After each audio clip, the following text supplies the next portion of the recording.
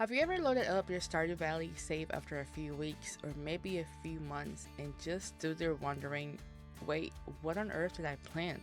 I'm pretty sure some of you can relate. Life gets busy, we take a break from the game, and when we finally come back, the farm has become one giant mystery. So today I'm going to show you the farm layout I use every single season that keeps everything organized, makes planning so much easier, and helps me remember exactly what I'm growing. So let's get started.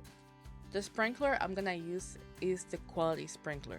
It waters the 8 surrounding tiles automatically, which means way less watering every morning and way more time for everything else. Once you unlock these, they become one of the biggest quality of life upgrades.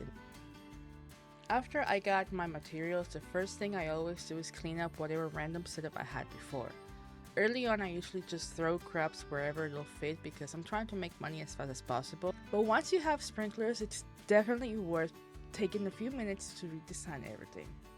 Trust me, future you will be very thankful. Once the farm is cleaned up, I head over to Pierre's and grab everything I need for the season. I like buying all of my seeds before I start laying everything out so I know exactly how much space I'll need. Now it's time to build the actual layout. Instead of placing everything randomly, I like making individual crop sections.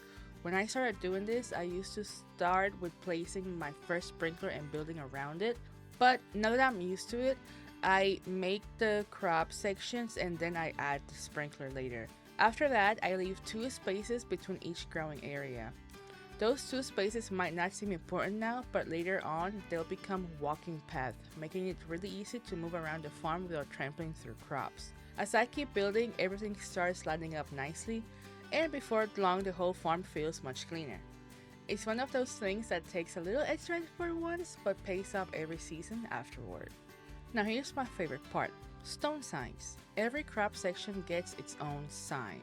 Right after planting, I place a picture of the seed on the sign, and that way if I stop playing for a while and come back later, I don't have to guess where I planted.